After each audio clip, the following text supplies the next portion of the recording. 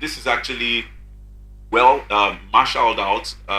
It's not as if these things are not known, but we still wonder where this whole thing is coming from, and we really, I leave that to you to react. Okay, well, what Senator Magnus Abe said is born out of his own experiences as a former legislator. So he's well positioned to know how the intrigues, the tricks, and the, if you like, call it conflagrations often happen in houses of parliament, of which he had been a member twice, actually, formerly in Rivers State as a legislator and later at the uppermost chamber of parliament in this country, that's the Senate. Having said so, I have to correct one of the things he said. It is not only the executive governor that enjoys immunity in the state. The deputy governor, Professor Odu, yes, Ngozi Odu, also enjoys immunity. And needless to say, if for any reason a governor is no longer in office, it is the deputy that will take over. That is a constitutional provision. If you try anything other than that, that will be a coup, because that is it.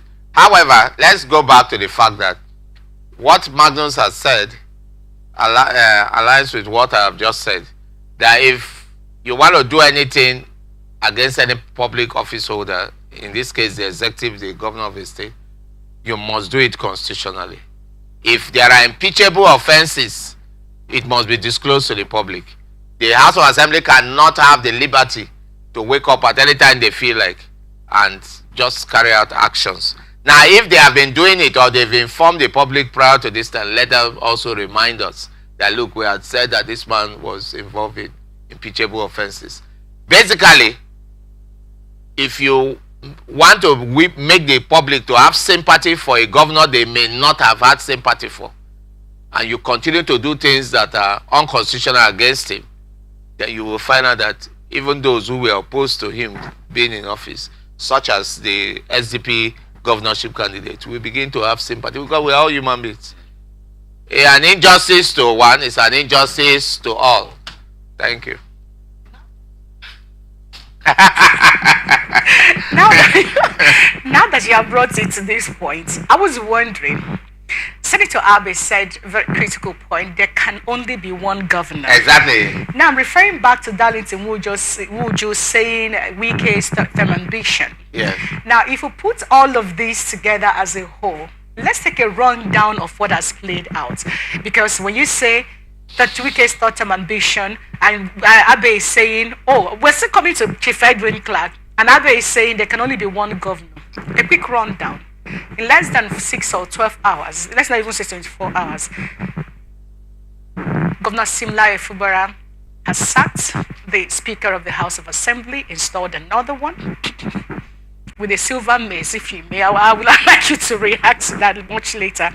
Number 2, he has sacked the Chief of Staff. These are all implantation from the former governor. He has also dissolved his cabinet, from what we learned. Majority of them are implantation of the former governor. He has also sacked the 23 local governments, majority of whom are implantation of the former governor, and of course the chief judge of the state. All of these boomed, as in back to back, without any hesitation. Could there be some sort of truth? There may be things that we are not aware in the secret. Why do you think the governor will take such steps without looking back? Remember, majority of all of this are implantation of Governor Wike, former governor. Well, in theory, you may say so, but we don't still have proof that they are his implantations, as it were.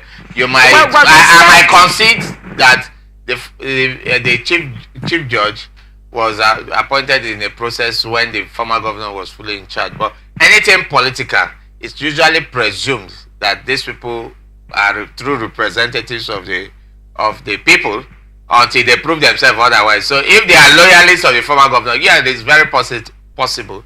Now, on whether this has a, you say, look, Vivien, let's call a spade as a spade. If we can, who are, if you like, call it bystanders to this issue, we don't have inner information. We can have sympathy for the fact that there shouldn't be injustice done to any person. Not necessarily because you may like the person, but because you know an injustice to one person is an injustice to all.